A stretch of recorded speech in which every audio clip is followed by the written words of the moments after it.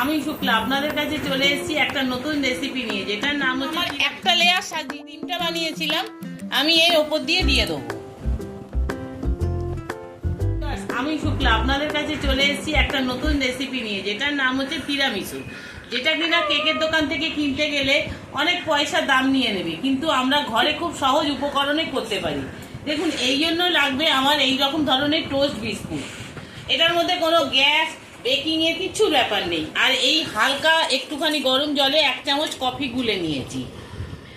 এই লাগবে, আর লাগবে একটুখানি পনির, একটু দুধ, একটু ক্রিম, একটু মধু আর একটু ভ্যানিলা এসেন্স।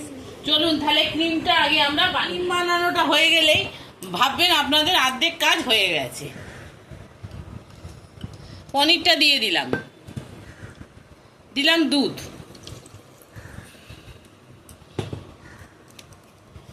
এইবারে দিলাম ক্রিম,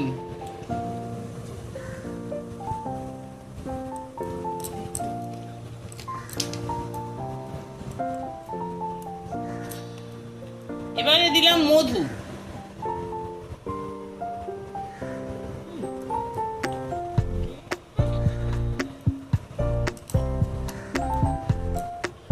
এবারে দিলাম একটু এই ভ্যানিলা এসেন্স, সামান্য ভ্যানিলা এসেন্স।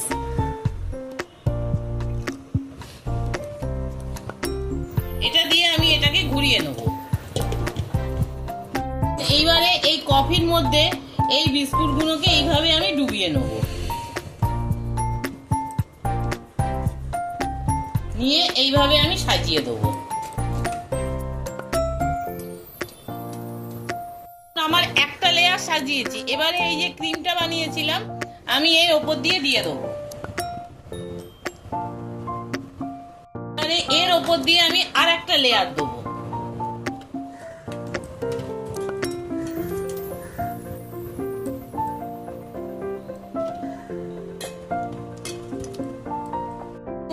আর একটা লেয়ার দিয়ে দিলাম, আবার আমি ওপর থেকে ক্রিম দিয়ে দিলাম।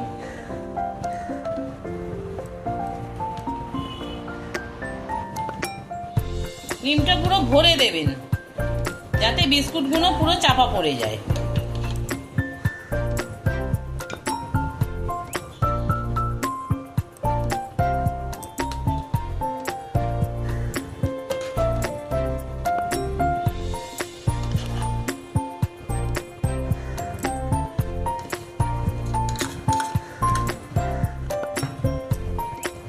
আর এই ক্রিমটা আমি আরেকটু ওপর থেকে ছড়িয়ে দিচ্ছি।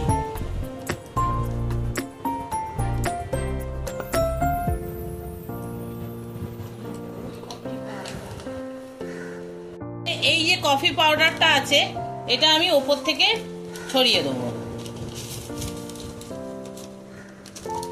এভাবে আমি কফিগুলোকে আমি ওপর থেকে ছড়িয়ে দিলাম, কফির পাউডারগুলোকে।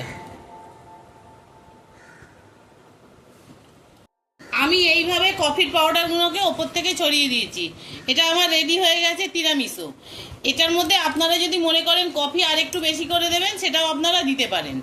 এইবারে এটাকে আমি ঢেকে এটাকে আমি অন্তত 4 ঘন্টা আপনাদের ফ্রিজে এটাকে রাখতেই হবে। আমি এটাকে 4 ঘন্টার জন্য আমি ফ্রিজে রেখে দিচ্ছি। দেখুন, আমি যেটাকে বানিয়েছিলাম রেসিপিটা, ওটা আমি ফ্রিজে রেখেছিলাম। দেখুন এটাকে জমে গেছে। এইবারে আমি এটাকে কেটে দেখছি কিরকম খেতে হয়েছে। দেখুন আমার এটা তৈরি হয়ে গেছে, আমি খেয়ে দেখছি।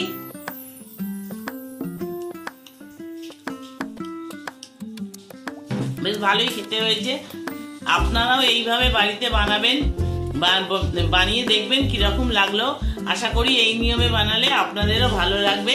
আপনারা সবাই ভালো থাকুন, সুস্থ থাকুন। যদি এটাকে ভালো লাগে একটা লাইক করবেন, পাশে থাকা বেল আইকনটা টিপে দেবেন, আর প্রচুর শেয়ার করে দেবেন যাতে এটা আরো সবাই দেখতে পায়। আর এই রকম ভাবে বানিয়ে দিলে বাচ্চারাও খুব ভালোভাবে খাবে। আপনারা সবাই ভালো থাকুন, সুস্থ থাকুন, এই আশা নিয়ে আজকের ভিডিওটা শেষ করলাম। নমস্কার।